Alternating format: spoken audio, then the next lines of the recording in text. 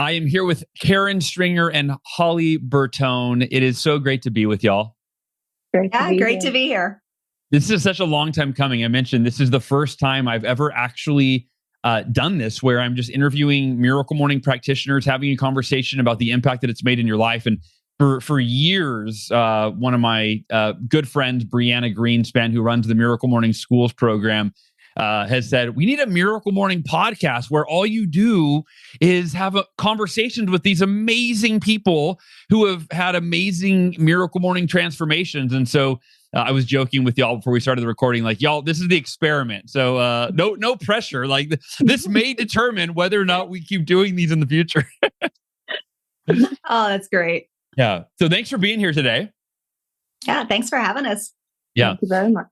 So, I was preparing for today. I was reading up about both of you, and you both have extraordinary stories and extraordinary backgrounds, like pre-Miracle Morning. Miracle Morning, I'm sure, already enhanced what was already there. But Holly, you are a former FBI chief of staff for Counterintelligence, right? That was your background. Correct. Turned certified holistic health coach who helps women in midlife. Yeah? Correct. Yes. Yeah. You might be the only one in the world that fits that description, right? Like, pretty remarkable. All right. And then Karen, you grew up on a farm in Kenya herding goats with your parents, correct?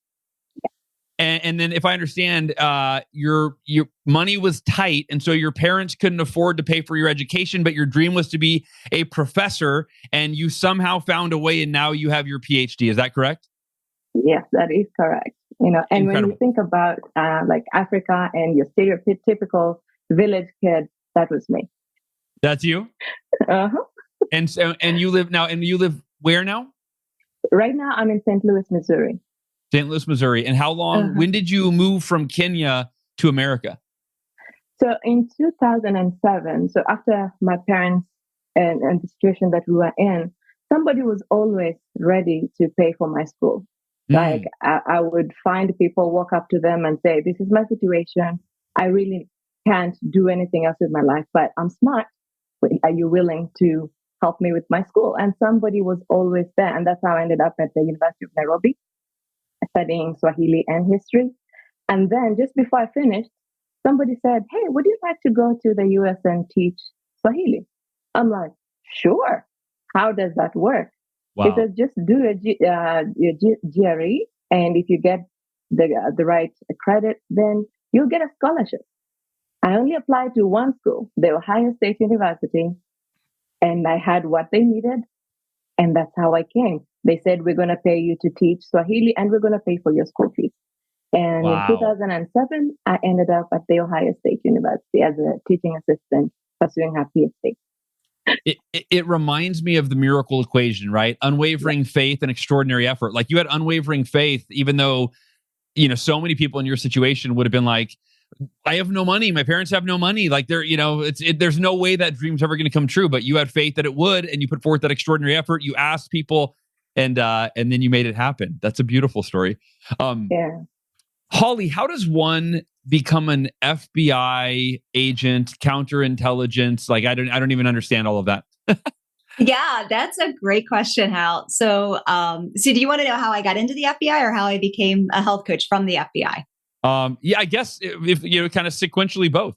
Okay, sure. So this was post 9/11. I was actually doing some government consulting. I lived in Alexandria, Virginia, so right outside of Washington, D.C., and it was just the big industry there. 9/11 happened. I applied for my security clearance. And when I got my top secret clearance, one of my former managers contacted me, and he's like, hey, do you want to come down to Quantico and work at the FBI? Which was a dream come true. I think I had wanted to work there since I was 17. Wow. So it was all, and you got to remember back in the early 2000s, the internet was still relatively new. Systems were very antiquated, and the agencies didn't talk to each other. So I was in project management. I wasn't an agent, but I would basically go in and take all the disparate pieces that came out of the 9/11 Commission and the WMD Commission from Congress, take these disparate pieces of the FBI and put them together. And I guess they liked what I did, because when I was 38, which I was very young, they promoted me to the chief of staff, the GS-15 chief of staff for counterintelligence, which was a Wow. huge honor because number one, I was young. Number two, I was female. Number three, I was not an agent. So that was just unheard of. Wow. And yeah. And interestingly, and we can get into the full story a little bit later, but what I do now is I actually use the same tactics that we used in FBI counterintelligence in terms of looking at patterns and threats and trends, and use those same tactics to help high achieving women and successful women in midlife really break free from emotional eating so that they can get to a healthy weight. But more importantly than that, really be able to maintain those habits so they have this for life. Wow. Wow. It's amazing how one of my early mentors said, learn something from everything. Yeah. Right. Like that you can learn something from, for example, one business, or a different industry, and then go, how could I apply that to my industry? So I love that you did that. Right. And you using that in your midlife coaching.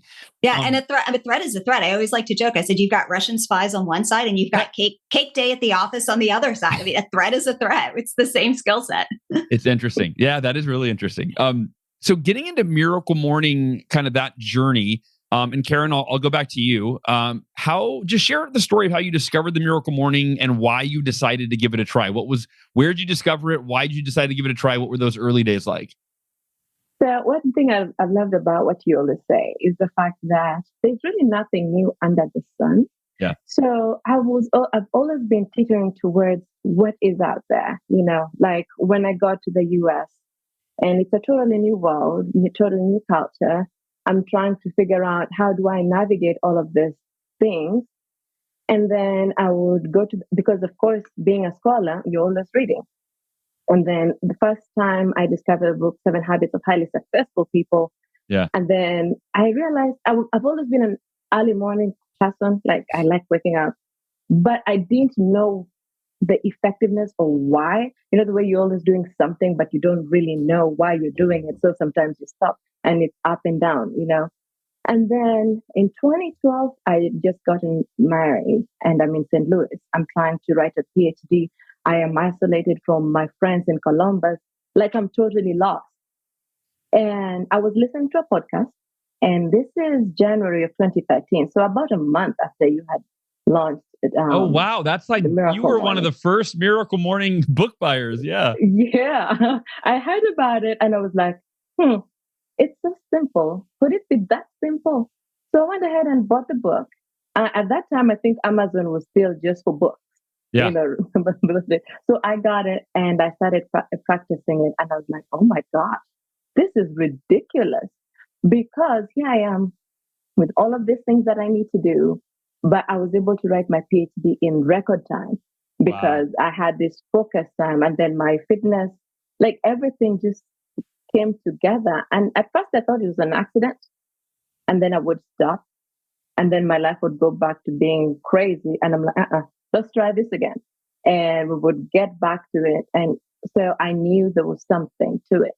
And so it became a way of life. For me, I don't even say I practice the Miracle Morning. This is just who I am at this point.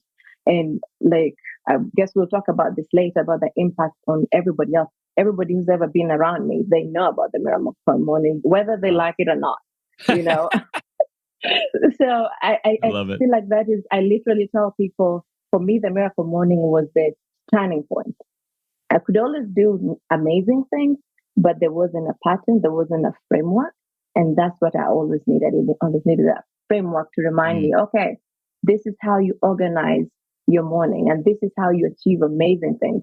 And it was beautiful when you came up with the miracle equation. Hopefully we'll get to talk about that later because everything just made so much sense to me. Yeah. So that's how I came in contact with the Miracle Morning for the first time. And so that was 12, right? We're in 2025, January. So it was 12 years ago.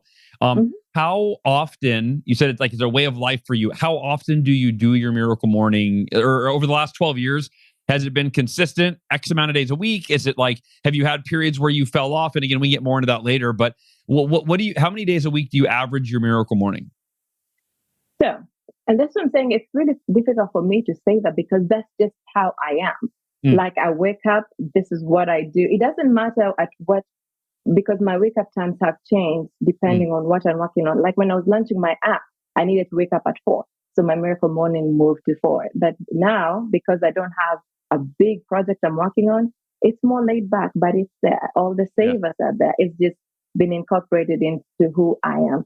So it's hard to say, but I will say that I do notice when I'm not as consistent as I could be, then my life quality is not as great. Over the years, like there's ebbs and flow of life, but I always know what to go back to. So I will not go more than a month without being back to it because I don't like who I am when I'm not doing it. You notice the difference. Sure. Yeah.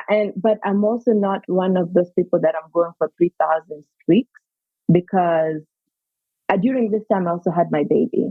And during that time, life turned upside down. Yeah, sure. So I just did what I could. But if compared to another miracle practitioner, the morning practitioner, that might not have seemed like the it, but to me, it was the version that I could at that particular phase of my life. So I've just learned to be flexible with it, adjust it according to what state I am in life. And like, it's just me. Love it. I love it, Karen. And I'm the same way. It's like, even if I go away from it, it's the foundation. It's how I start my day. Kind of like if you eat breakfast in the morning, like, even if the wake up time changes, you're still going to get that done. Thank you for sharing that. Holly, what about you? When did you discover the miracle morning? How did you discover it? What made you decide to give it a try? Yeah. So mine was 2019, but I want to go back and just share where I was before, because I think it really sets the stage of how impactful the miracle morning has been. And I talked about my career. I was always very driven, very successful. Kara just mentioned this, the 7 habits. That was my gateway drug in the mid 90s, was the 7 habits. And that just really catapulted my journey into personal growth and personal development. And so, I had this successful career. I was a mountain bike racer, a competitive mountain bike racer, and an Xterra triathlete. So, I was that girl.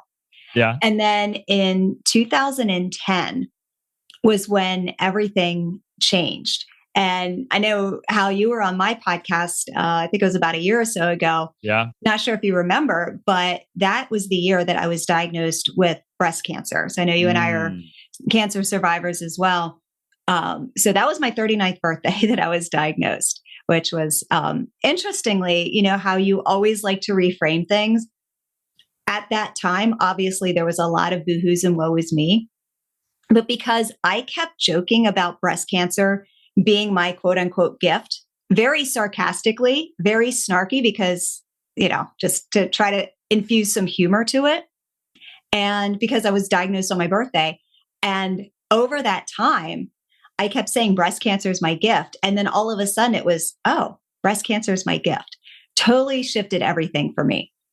But what happened, so I went through surgery, chemo, radiation. And then what happened was I was diagnosed with Hashimoto's, which is an autoimmune disease right after cancer. And then 10 years of just really difficult health challenges, very subsequent health challenges, so bad actually that I had to resign from my dream job at the FBI. And those were very, very dark years, including way too many months where I just marinated in my misery. I was always that girl that, strived to do everything. And there were days I couldn't get out of bed. I mean, it was dark. Sure. But then 2019, I was already in the process of starting to come out of that dark and starting to come into the light. I was starting to get my health back. I mean, present day, fully healed. Yeah. And I was always a morning person.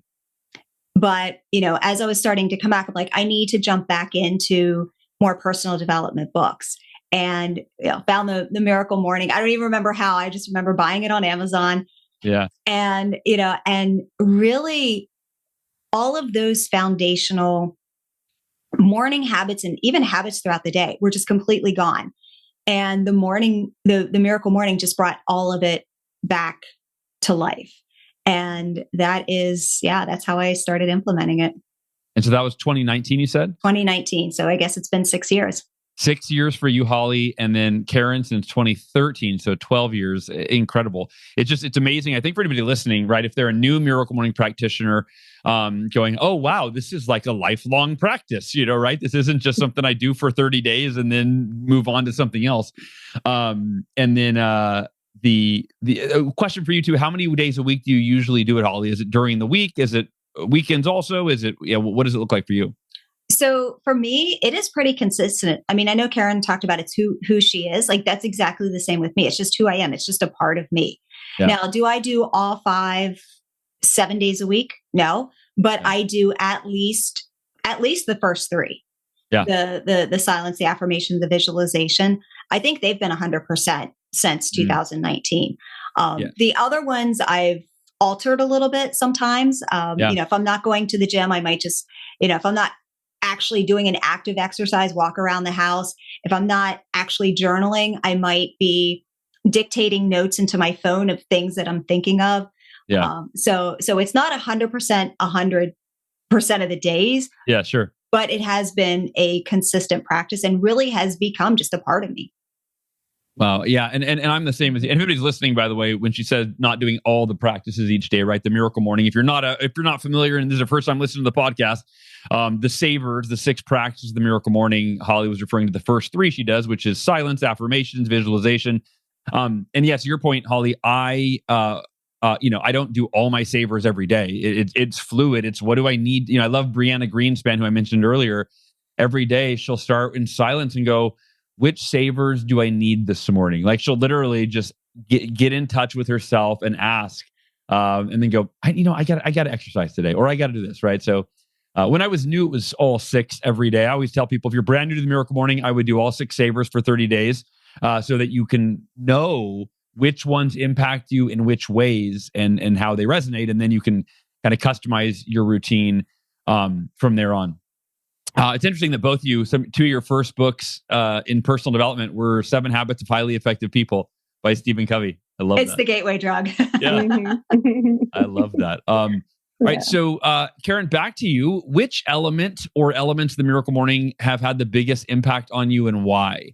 So, and if you want to, there's a few ways you can approach that. You could just talk about like the power of starting your day with intention, like big picture, or you could tell me like which of the savers specifically have the biggest impact for you. Okay. So as a language coach, we always say you want to have the fundamentals down. So when I began, like you, the 6 were non-negotiable. I had to do all of them because this is when I love reading. So it gave me permission to read in the morning, and then journaling was phenomenal. I think that's the one that I've been consistent throughout. Like I have stacks of journals just like this. Freestyling, just expressing myself because I feel like that's how I get to know myself and my ideas flow. I struggle with visualization because I am not a visual person. Like you tell me, close my eyes and visualize an apple. I will not see an apple. So over the years, I learned. It's just blank. Yeah, it's just blank.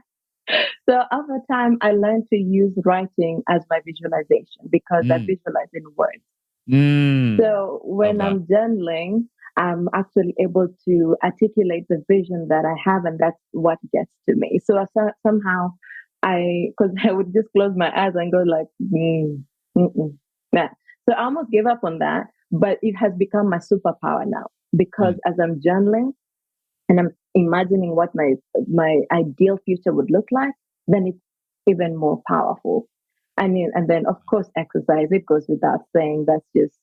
It's just one of those things you gotta do. And it's very powerful because movement is medicine, know. Affirmations, over the years, I've loved the evolution of how, especially from the miracle equation, I've loved the evolution of affirmations because those resonated with me because I'm more action oriented. I want to know what I'm doing. I want to know how I am being. So my affirmations have come to embody that throughout the years.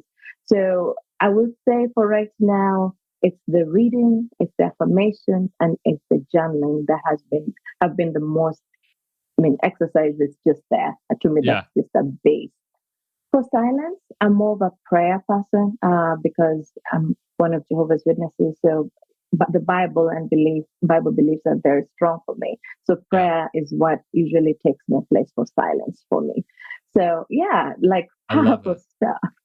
I love hearing. I mean, this is maybe my one of. I mean, we still have a long way to go, but this is part of my favorite part. Like hearing which of the savers do you do? How do you do them? How do you like them? I'd actually love to dive into journaling a little bit, Karen, because you just mentioned you've got stacks and stacks and stacks of journals. And I have not been that consistent over the last 15 years to have stacks and stacks and stacks of journals.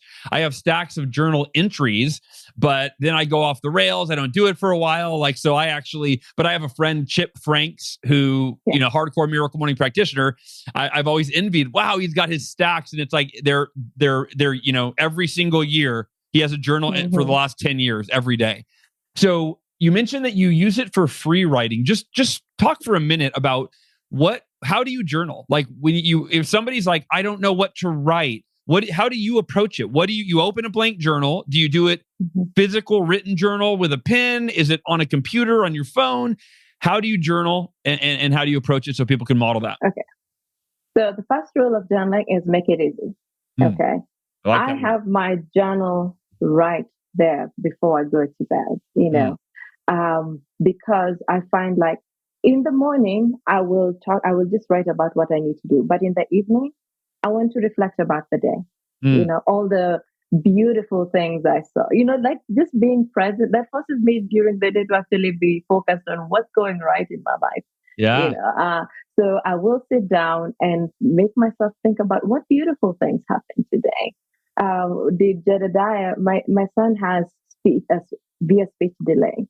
So when he says something like that I know was really hard for him and everybody understood him, to me, that's something that I will celebrate and say, guess what? Amazing. And I do the silly thing, Dear Diary, because once I say that, my brain I think it's like a code phrase for me. Once I say Dear Diary, really like a teenage girl, but it opens me up. It's like I'm about to talk to a friend. Yeah. And I'm just saying, this is what happened today. This is what struggled today. I feel like I don't have clarity right now. What is going on? I feel like whenever someone said something, did I misunderstand them? So I just talk my heart out. Yeah. And if when I shower and I have ideas, I come in there and I write all of my ideas. Like I don't have I can't write this in here. This is why I put my soul and heart in there. And then that. I stop at one page. I make myself stop at one page because I don't want it to get overwhelming. Yeah. After one page, I say, I think that's enough for the night. That's enough for the day. Quality over quantity. So that's how, and it's become fun. And whenever I don't do it because I traveled or something like that, I feel like I've missed talking to a friend. I love that. I love there's so many things I can highlight there. The Dear Diary piece is really important, right? Like you're writing to someone. I do something different but similar in that when I have a profound insight, I will actually write it instead of saying I need to do blank. I'll actually write it to me from higher consciousness, from God. So it starts with, instead of I need to, how, you really need to, yada, yada, yada. And so there is something about the way we use language and feeling like it. So for you, it's you're writing to the diary. In the example I'm using, someone's writing it to me versus me writing it to myself. And I imagine that it's God. It's my highest, consciousness, right? That's where it's coming from. And the impact that our language has in the way that we use it is significant. So, and I love that. It's like you pour your heart and soul. You don't filter, right? You write to Dear Diary. I love that. Really, really cool. So Holly, let's do the same thing for you. I'd love to hear how you approach like your favorite savers, if there's any you struggle with, and how do you approach them? Yeah. Any tips you can give our listeners? Absolutely. So my favorite of the first three, and those are the non-negotiables, the silence, the affirmations, the visualization. And again, just to give context, because when we talk about it, it just sounds easy. I struggled so hard, so long, for so many years with silence. my body was very sick. I was constantly in that sympathetic stress state, the fight or flight. And I was not okay with silence. I could not be in silence. And I was always constantly having to be doing something. And so silence was very difficult for me. And getting to that place where now silence is my favorite. I mean, I live in the silence. It is so powerful. And those three combined, it's really, I mean, it's the neuroscience. It's how your brain just calms down. Your brain is telling your body that everything is safe. And really that calm, that quiet, I combine prayer, meditation, the affirmations, the silence, all of the things and the visualization, into one just kind of big wherever I go first thing in the morning. And from that calm, it just really, it puts me into that parasympathetic peace state so that I can go about my day. And really it's that emotional resilience that no matter what happens, like I'm good, you know, and it's slowing down. It's being intentional before making decisions. It's being able to make good decisions because of it. And, really, sorry. Like I said, just like setting up that nervous system to be regulated. And my moods used to be all over the place. And really that the calm, the silence, the affirmation, the visualization helps me to get to that mindset to have a nervous system that's regulated and not needing that constant dopamine hit of all of the distractions that are around me. So that is absolutely vital. And even to the point. How long, sorry to interrupt, how long do you typically take for silence? Is that 5 minutes, 10 minutes? It depends on the day. Some days, if I need to get up and go, it might be 2 minutes. Most days, it's a solid 30 to 40. I do get up early and I do have that time in the morning. So I am very fortunate to have that time. 4:00. 4:00. I love it. I love it. Fellow 4 a.m. I actually am late. I'm like 4:30 now. With my kids getting older and they're like wanting to hang out in the evenings. It's so hard for me because I'm like, I love my kids. I'm like, but when they go to college, I get to get back to my miracle morning routine of going to bed at 8:30, getting up at 3:30. Like that's my favorite. Yeah.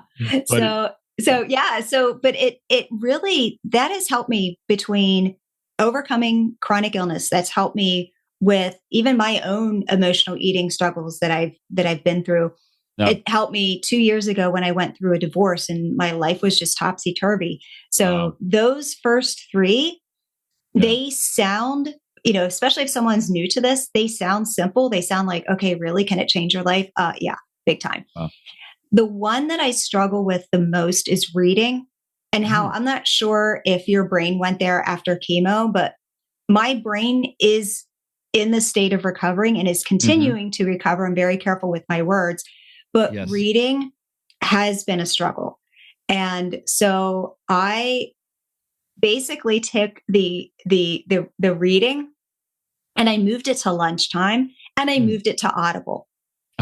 It is no longer a struggle. So I don't know if that officially counts or not. It does.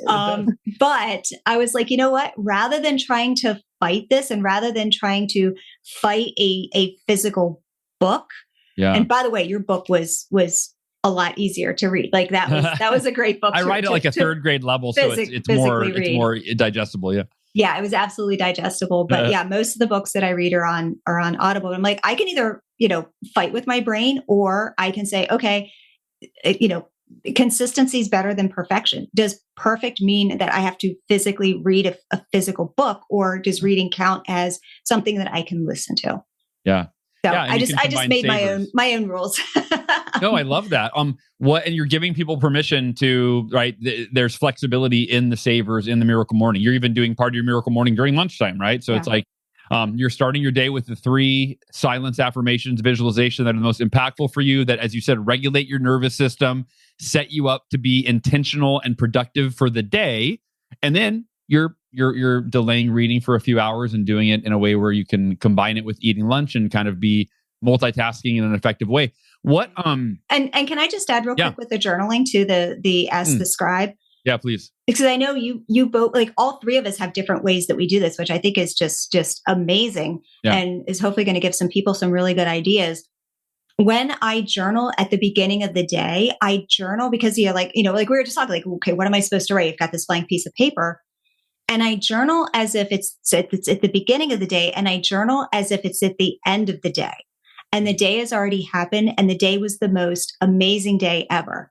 And it's almost like a dear God, thank you for this day. Yeah. And I journal in that tense of, my best memory from the future. And that's my favorite way to journal. Can you give us an example? Like word it, like just freestyle, or give us a recent journal entry or something. Yeah. So for it's example, the morning, right? You're journaling in the morning, but as if it had already happened at the end of the day. So, right. So full disclosure, I did not journal this morning, but let's say I did, it would have been, dear God, thank you for this wonderful day. Thank you for the opportunity to, share about the Miracle Morning on, this podcast. And, I just kind of go through, different things about my day. Thank you for the chance, like, yesterday, thank you for the chance my dad made it to 80. My mother passed away a few years ago. So it was, very important to have him still around. And, just being in that place of sharing your day as if it's already happened. Yeah. I love that. We did the Miracle Year event recently, and that was one of the questions is like, at the end of the year, when you've made this your best year ever, like, what will that feel like? What will that feel like? And when you can forward think and get into that space now, it's compelling. It makes you want to make it a reality. And it's rehearsing. You've rehearsed doing the things you're like, and you're setting the intention. Like, hey, thank you, God, that I showed up my best today, that I did this with excellence, that people responded really well. Like, you are creating your day, being proactive versus being reactive. I love that. Karen, going back to you, and of course, Holly, get ready because the same question's coming to you. Let's talk about outcomes or results. In terms of, since you started the Miracle Morning, now, Karen, you've been doing it for 12 years, so I'm sure there's lots of results, but is there anything, maybe pick like one specific thing that happened and it was prompted by the Miracle Morning. So like for me, for example, and I'll talk here for a minute to give you time to think of what this would be. But like, for me, and I have so many, right? There's so many things that the Miracle Morning, I doubled my income in 2 months because of the Miracle Morning.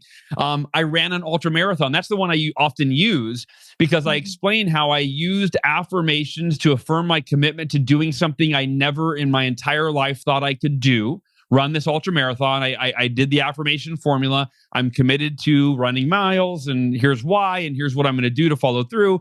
And then I used visualization. I mentally rehearsed going for the run every day in a peak mental and emotional state, right? So I can, if it wasn't for the Miracle Morning, I can almost guarantee I would not have done the marathon. There's no way, because the Miracle Morning got me to train for it. If it wasn't for that, I would have just procrastinated and not been ready. So that's an example of a result. So yeah, what's a specific result that you experienced from your savers and your Miracle Morning? Okay. So I'm going to do 3 high level so that we don't. Okay. Great. So 2012, I was writing my dissertation. I was away from school. Because of the Miracle Morning, I had specific time to keep working on it because I had a goal of finishing it within 2 years. And that's exactly what happened. I knew exactly what I was working on and when I was working on. And I was scared because I was by myself. I'm thinking, this is not going to happen. I will never finish this thing. But because I was so on point because of Miracle Morning, that got done. Nice. 2015, because of the podcast and reading that I was reading Andy, what is it? Rich Dad Poor Guy. Robert Kiyosaki. Robert Kiyosaki and his cohort. And during that time, during the Miracle Morning, we were able to launch a real estate business because of that.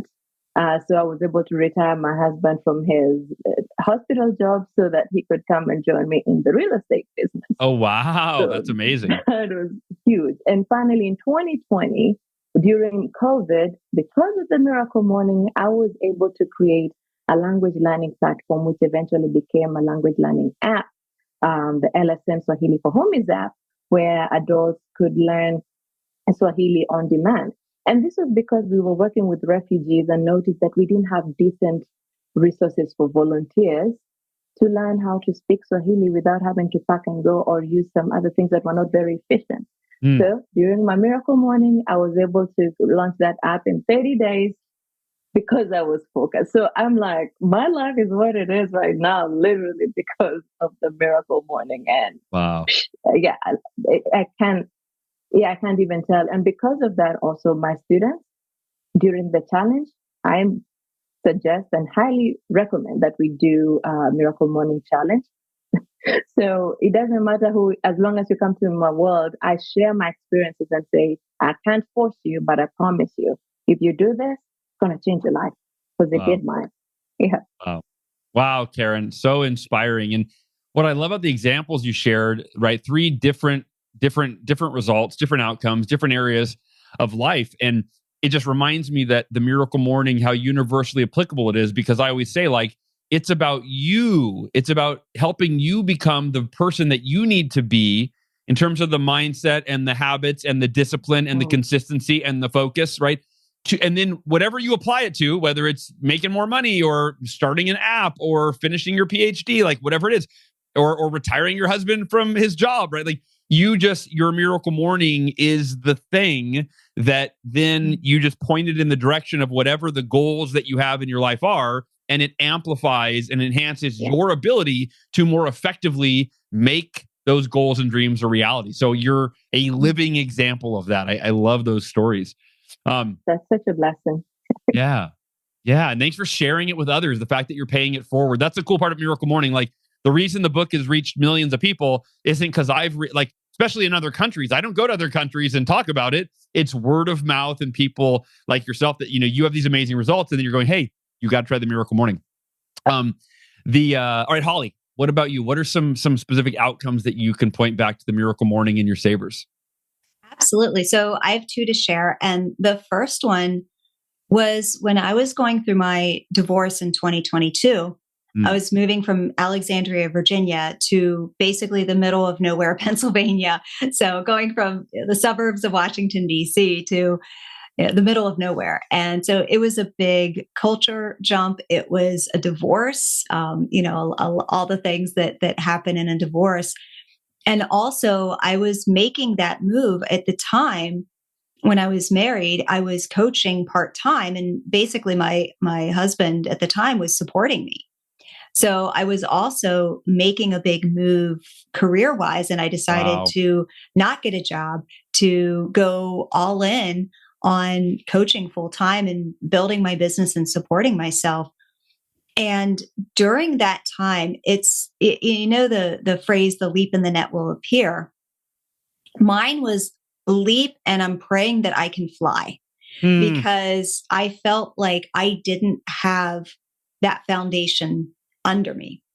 Yeah. And there was a lot of uncertainty every single day, waking up and just not knowing what life is going to look like. And the miracle morning was that consistent routine. Every single day, I knew that I was going to wake up and I was going to do the exact same thing.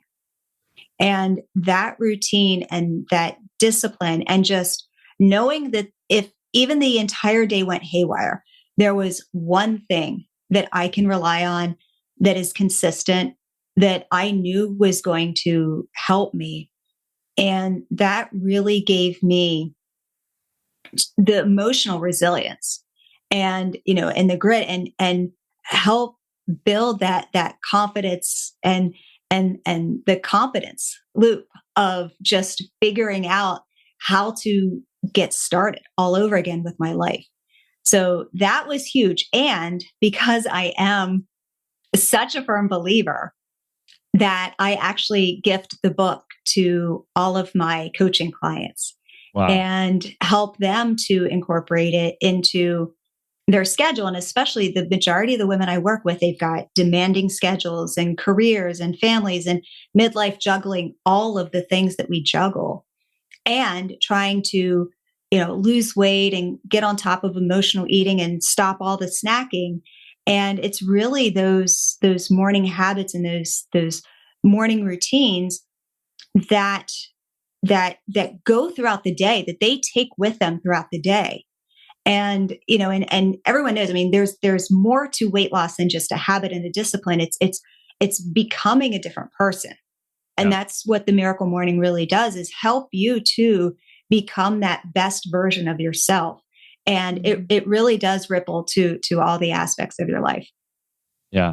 Yeah. No, I agree with you. And it is interesting that when people share the results, like whether it's in the Miracle Morning Community Facebook group, or I think about Mike Eaton, who was in the Miracle Morning documentary, and he lost 80 pounds after reading the Miracle Morning, and he's like, I tried diets, I tried this and that, nothing worked. The Miracle Morning worked. And when I heard that from his story, I'm like, well, it's not a book on how to lose weight, right? But it goes back to that. It's universally applicable to making you a better version of yourself and capable of achieving whatever your goals are. But that is one of the most popular responses when we do surveys for the Miracle Morning community. What were the results? I lost 10 pounds. I lost 7 pounds. I lost 20. Like, that's one of the big outcomes. So it makes sense that you're sharing that with your coaching clients. And you talk about the unwavering faith, right? We talked about that a little bit earlier. Yeah. And I like the phrase kind of the unwavering knowingness. Like, I just know that things are going to be okay. But that's also from that mindset of not focusing on the negative, not worrying about everything that's going to go wrong, but just living in that place of just knowing that everything is going to be okay, regardless of whether it's good, bad, or otherwise. Yeah. Yeah. Yeah. No, it's such an important perspective. It's surrender, it's faith, right? You said something also about, where was I going with that? I'm drawing a blank. It'll come back to me. Karen, I want to ask, and I'm going to ask both you guys, of course, both you gals, this question. But I think, Karen, you mentioned it earlier, and that we would circle back to it. So I want to make sure I don't forget to, which is, how has the Miracle Morning influenced the people around you? So whether that's family, friends, colleagues, how has it influenced people around you, either directly, like you shared it with them, or indirectly, like based on who you were, impacted your relationships, that kind of thing? So the Miracle Morning came to my life just in my first few months of marriage. So initially, it was because my husband is a night owl. He does not like anything to do with the morning. Yeah.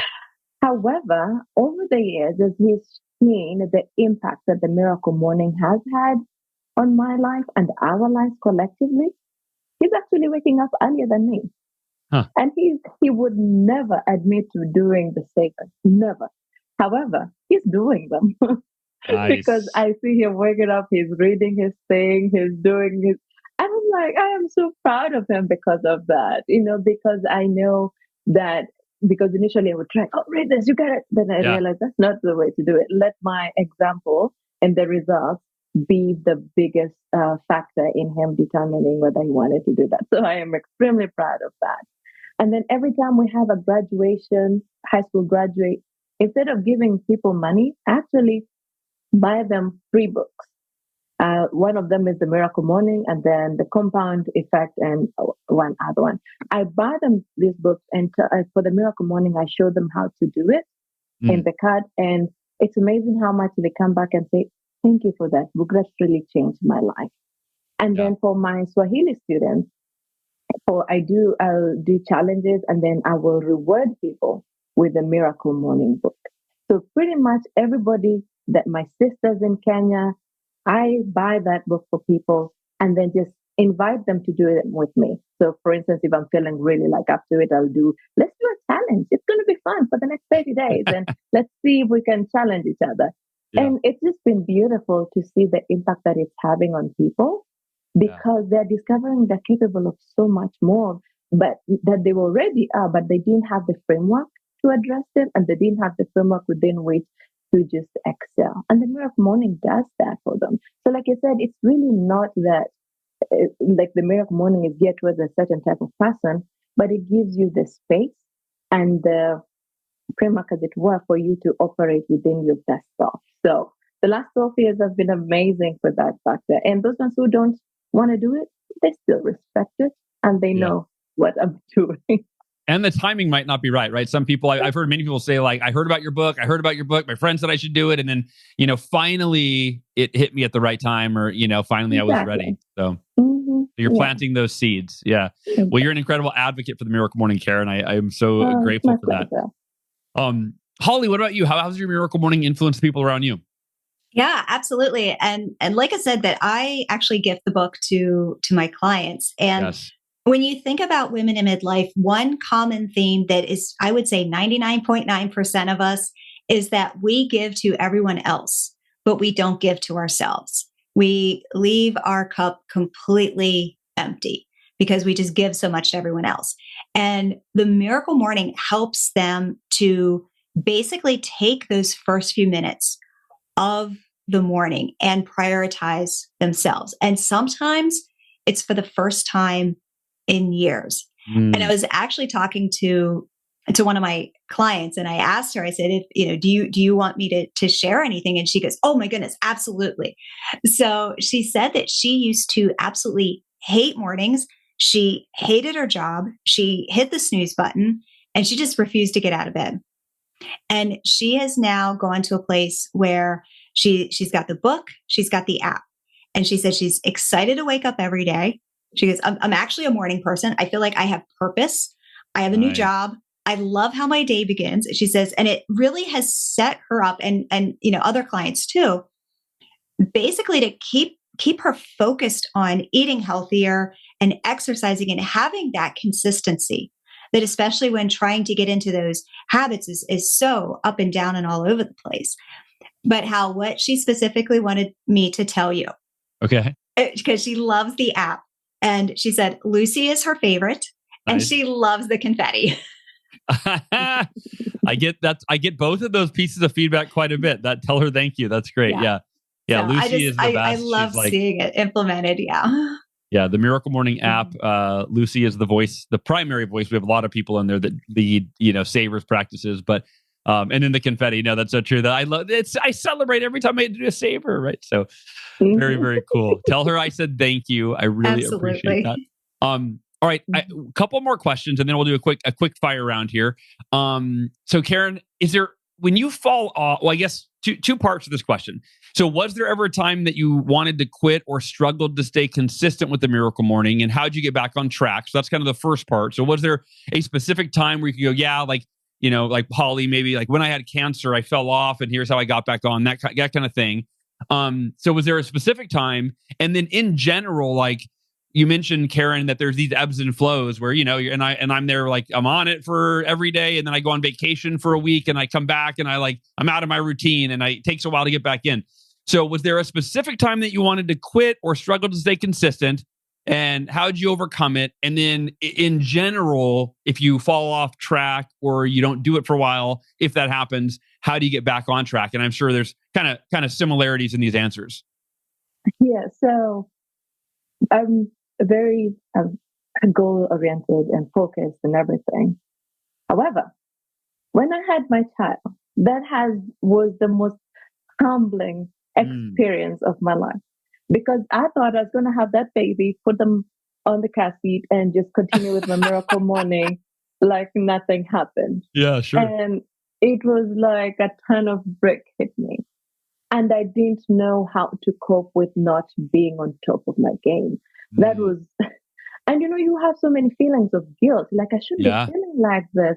I should be able to do everything that I was able to do before I had the baby. And I will tell you, it took me about 2 years to finally accept that my life had changed. I was still fighting, even though I hadn't slept, even though I didn't have energy to do anything else. I was still fighting to get back on it. Yeah. And I would read people saying, have grace on yourself. And I really didn't know what that meant.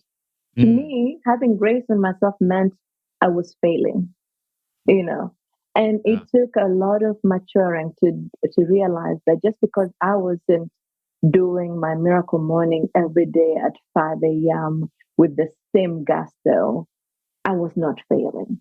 So the first year or two I tried, but it was awful. And I wanted to just say, you know what, never mind. But before I gave up, I had matured into realizing I can actually adapt this to my new state of life, my new stage of life. I can do 10 minutes once. I can exercise for a little bit. I don't have to do everything that I was doing before. And that was huge. And not feel guilty, because that was the part that was killing me the most. Yeah. So once I figured that out and accepted the new stage of life I was in, eventually I was able to build back up to that. But I recognized that I'm not the same person I was before then. And I love my miracle morning now because it honors who I am now. It goes, if my child doesn't sleep because he's sick, I'm okay. I'll push it later. I will go to the gym a little later. I will do my journal at night, Nice. So it's just honoring where you are in life and recognizing that the miracle morning is supposed to suit your lifestyle. Initially, when you're starting out, I think it's important to understand the fundamentals. But as you progress, just recognizing and honoring where you are in life and adapting it and releasing any guilt you might have as to not being perfect, because there's no such thing as perfection. And now my team, we just adopted my niece who's a 14-year-old. I'm also teaching her that. Just, doing the miracle morning, but in a way that suits her high school self. Yeah. As opposed to, if you don't do all 6 of them, you're a failure. And So right now I'm more in tune with the ebbs and flows of life. And I haven't felt like quitting because there's really nothing to quit. Sure. Yeah.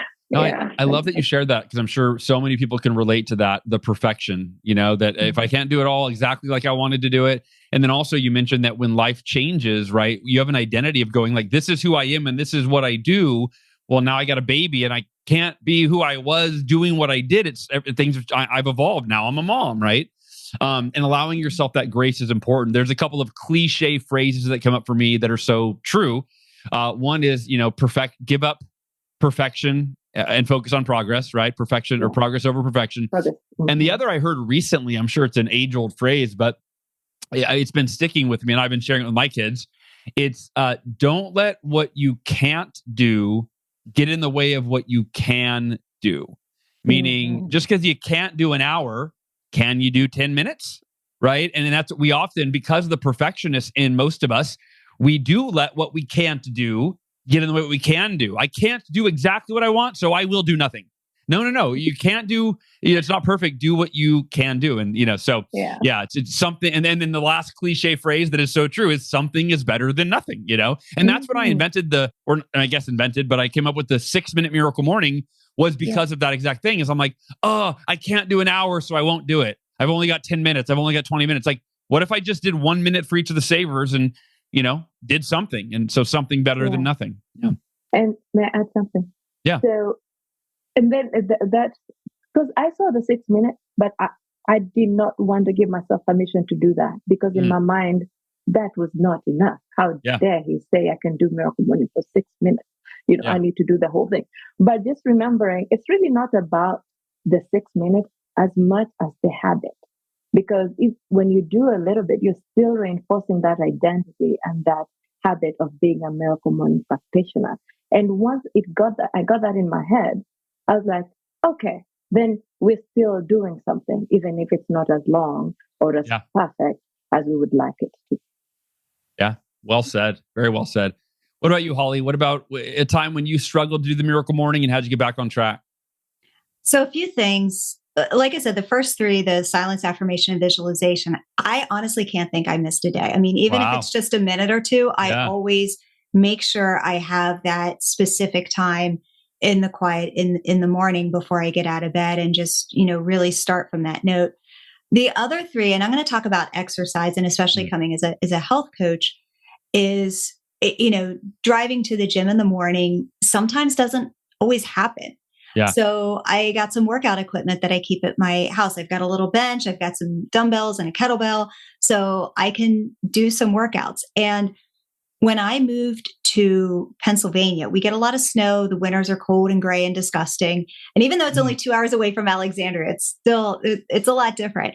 Yeah. And I found that first winter when I moved, that my steps went from, I'd say on average, 8,000 to 9,000 steps a day down to about 3,000 steps a day. I was not moving at all. And that's not acceptable for anyone, let alone a health coach. It's embarrassing to admit that. Yeah. And what I did was two things. Number one was I actually got a walking pad. I think they're like $150 on Amazon. So, and in fact, it's what I'm standing on now. And so I got a walking pad and set it up with a standing desk so that I can first thing in the morning come in, do a little bit of work and walk and get that exercise in if the day is gray and disgusting outside. The other thing that I do is walk and talk. Now, I don't use the Bluetooth. I use a wired. So I get the wired from my phone to my ears, and I'll get on the phone with one of my friends and I just walk around the house. And it's not like I'm walking fast. It's not like I'm walking far. But the next thing I know, there's 1,000 steps, 2,000 steps, depending on how long the phone call is. So that's really how I overcame all of the excuses in my head of, oh, I can't do this because, like you just said, like you can either live in the problem or live in the solution. Yeah. But I will say, for the miracle evening, I do a lot of those, and I can tell you with 100% accuracy, if I do not get a decent miracle evening in, I do not sleep well at all. Wow. So that is with 100% guarantee. Wow. It just, I don't know if it's the blue light. I don't know if it's not being able to calm my nervous system before I go to bed. I don't know. I mean, maybe I'm eating too soon. I don't know what all the different things are, but I am so glad that you included the miracle evening in the updated book, because it is, that is a game changer in and of itself. I'm so happy to hear that, because I don't talk about that enough and I don't hear feedback about it enough. So it's really good to hear that's been so impactful for you.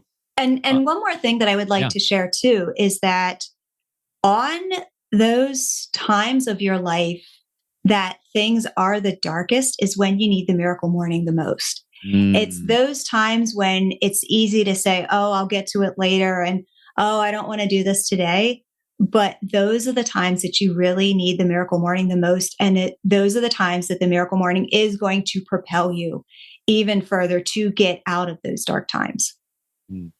Such great advice. And I think you're absolutely right. It's like not, oh, I'm going through this terrible thing, so I can't do miracle morning. It's like, no, you need it now more than ever. I think the miracle morning contributed to saving my life when I was on in my cancer journey as well. All right. Quick rapid fire questions to finish us off. Karen, I'll let you go first. What time do you wake up for your miracle morning typically? 6:45. 2:45? No, 6:45. Oh my goodness. Okay. You've got everybody beat. All right. That sounds more reasonable. 6:45. Okay. I already know, Holly, your answer. You're at 4 a.m. 4 a.m. And then what about, what's your favorite part of your morning routine, Karen? Exercise. And Holly, what's yours? Oh, goodness. Absolutely the quiet. But can I just tell you, when I walk out of the gym, I feel unstoppable. I love it. All right. And then third question, if you had to choose only one saver, and I think you might have just done it, Karen, but which one would it be? Would it be exercise for you? No, it would be journaling. Journaling. Okay. Mm-hmm. Yeah. You've got those journals stacked and stacked. I got to talk to my friends. Yes, Dear Diary. I love it. And I think that for anybody, right? Dear Diary or Dear God, or right, like, or Dear My Future Self. Like I love that tip that we're all like, write in your journal to someone, not just what do I write about to a blank page, write to someone. What, if you had to pick one saver, Holly, what is it? The silence. It's silence for you. Yeah. Okay. Yeah. All right. And last question, Karen, what's one book you've read during your miracle morning that you'd recommend to everybody? The Compound Effect. All right. By Darren Hardy, The Compound Effect. And actually, there's two of them. There's James Clear, Atomic Habits, and The Compound Effect. Yeah. Those two books, that's along with the Miracle Morning, that's what I give to my high schoolers. They've been powerful for me. I love it. Yeah. Powerful books. Compound Effect and Atomic Habits is the best-selling book in recent generations. It's James Clear. It's incredible. Holly, what about you? What's if you had to recommend one book, what would it be? The one book would be Good Energy by Dr. Casey Means. It was on the New York Times bestseller this year. And yeah, such a great book. It just breaks it down. Just everyone needs to read it. Everyone should read that. Good Energy. I absolutely agree. So there's your book. There's your reading list, everybody. Compound Effect, Good Energy, and Karen, I'm blanking. What was the third one? Oh yeah, Atomic Habits. Yeah. That's a pretty good top 3 list, I think, right there. All right. Well, it has been so inspiring talking to you ladies. Thank you so much for being with me today. Thank you so much for having us. This is amazing. My hero, like getting to talk to you, like it's a dream. One day when I first read that book, I was like, one day I'm going to talk to him or one day I'm going to translate that book, whatever it is. Today, one of my dreams has come true. So amazing. Little did you know that you'd be talking to me on a podcast that was going to go out to, hundreds of thousands of people. That's pretty cool. Yeah. Exciting.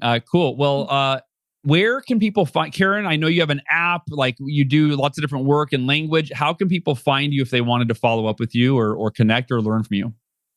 So they can find me on my website, learnswahilinow.com. Learn Swahili Now. Okay. Or if they want to just follow our podcast, it's Swahili Made Easy on wherever you listen to podcasts. Swahili Made Easy. And sorry, forgive me for asking, how do you spell Swahili, just in case I'm not the only one that doesn't know that off the top of my head?